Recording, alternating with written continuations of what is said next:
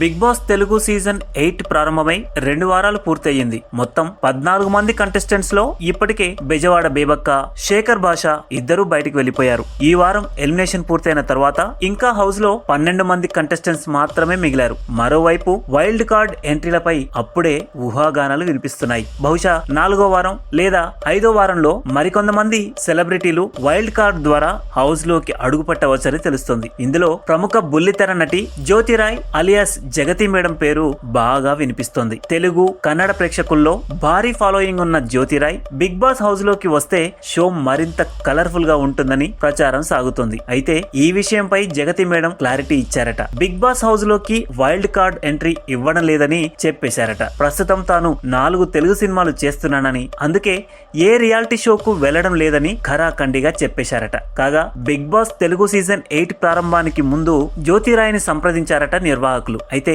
అప్పటికే ఆమె తన షూటింగ్ లో బిజీగా ఉండడంతో రెగ్యులర్ కంటెస్టెంట్ గా హౌస్ లోకి రాలేనని అన్నారట. తన పెండింగ్ షూటింగ్స్ కంప్లీట్ చేసిన తర్వాత బిగ్ బాస్ హౌస్ లోకి వస్తానని చెప్పారట. అయితే ఇప్పుడు షూటింగ్స్ ఇంకా పూర్తి కాకపోవడంతో వైల్డ్ కార్డ్ ఎంట్రీతో కూడా హౌస్ లోకి రాలేనంటూ చెప్పేశారట జగతి మేడం. మరోవైపు బిగ్ బాస్ మాజీ కంటెస్టెంట్స్ ముక్కు అవినాష్, రోహిణి, శోభా శెట్టి, నయని పావని, హరితేజ వైల్డ్ కార్డ్ తో హౌస్ లోకి రానున్నారని ప్రచారం జోరుగా సాగుతోంది. మరి వీరిలో ఎవరు వస్తారో తెలియాలంటే మరికొన్ని రోజులు ఆగాల్సిందే.